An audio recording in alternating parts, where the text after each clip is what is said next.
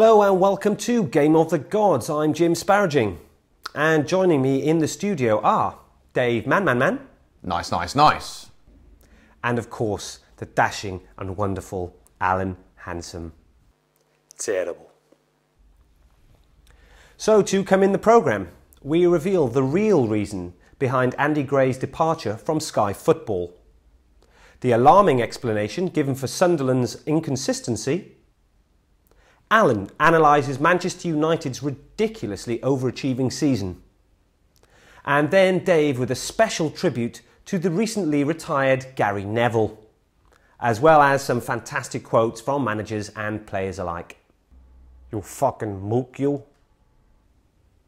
So, on to our first story. Sky Football have this week announced that the sacking of their most prized bellend, Andy Gray, was not related to the sexist comments he made about assistant referee Sean Massey, instead insisting that the axing of Gray was due to the presenter being an unbearable prick that everyone was sick to the back teeth with. Game well and truly over.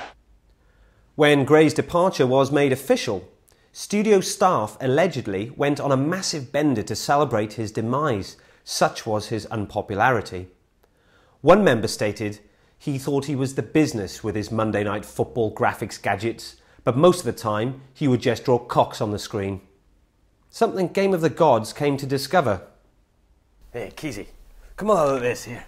Look at this technology, fantastic.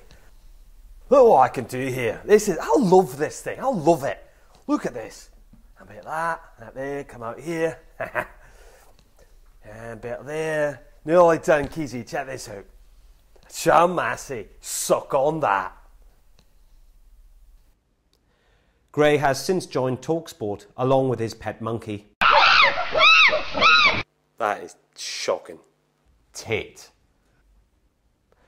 Manchester United twat Nani has been in the papers after having a life-size statue of himself sculpted, and which the player has reportedly placed in the middle of his lounge.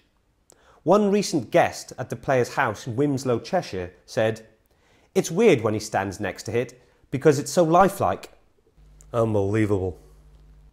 Also adding the obvious, it's just a bit of an odd thing to have in your lounge. United winger Nani defended his tastelessness, saying that the statue was art and that he was inspired to commission it after seeing a 5'11" statue of a phallus at Gary Neville's house. Believable. What a massive cock. Sunderland manager Steve Bruce has been blamed for the team's inconsistent form by his own players. The blame being placed on the manager is not because of mistakes made with selection or tactics. What distracts the players at the half-time team talk is the manager's vegetable-shaped head. Well, I think that's a bit unfair, to be honest with you. One senior player tweeted, "I just can't take the gaffer seriously anymore. The lads are looking for some inspired advice and encouragement at the interval. But how can you listen to a cauliflower for team tactics? It's fucked." When the boat comes in. This season, Manchester United are favourites to lift the Premier League crown once again. Darth Ferguson Stormtroopers are, bafflingly, top of the league, even though they are quite clearly quite an average team. Alan Handsome has been trying to find out why. Alan.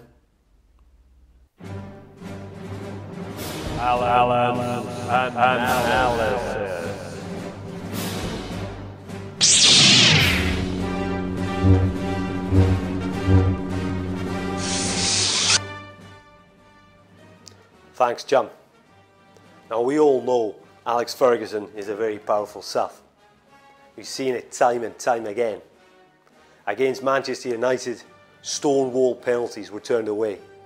Side gets into the penalty area, collides with Raphael. Referee's got a decision to make and he says no penalty. Blatant goals ruled out. I think there is no question about it. It bounces. It's at least a yard over the line. Referees playing on and on until United score. But over the last few seasons, it seemed the force was weakening. United even losing at Old Trafford at times. This season, however, we have seen an alarming shift in the force. Ferguson's mind control of friend Roy Hodgson almost destroying the Liverpool rebellion completely. Oh, how Alex Ferguson. Chelsea on the wane, Arsenal failing to kill off teams, and by using Jedi mind control over weak-minded referees, his ordinary United team are top of the league. So as we can see, Darth Ferguson has become more powerful than you can possibly imagine.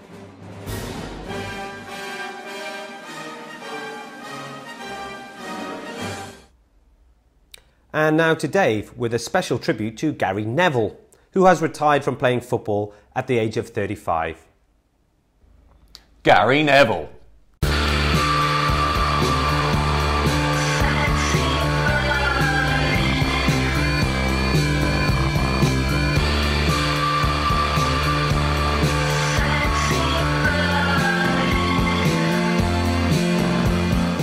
Working as Alex Ferguson's henchman, Gary, son of Neville, has won a number of medals since his debut in 1995, including 8 Premier League, 3 FA Cup, 1 Champions League, as well as lifting the Ballon d'Or trophy on 3 separate occasions.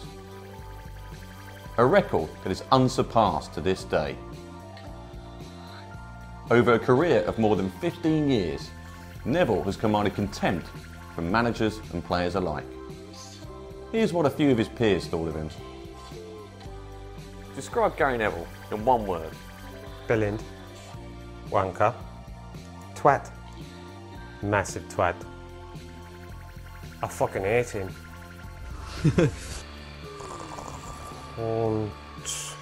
Wanker. The twat. Gary Neville will be a spastic in the next life. He's a wanker. Here's a cocksucker. He's a good lad, I like him. Gary Neville, retired.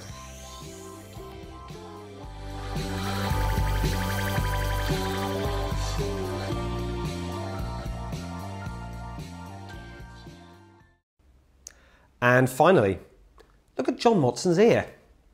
Goodbye.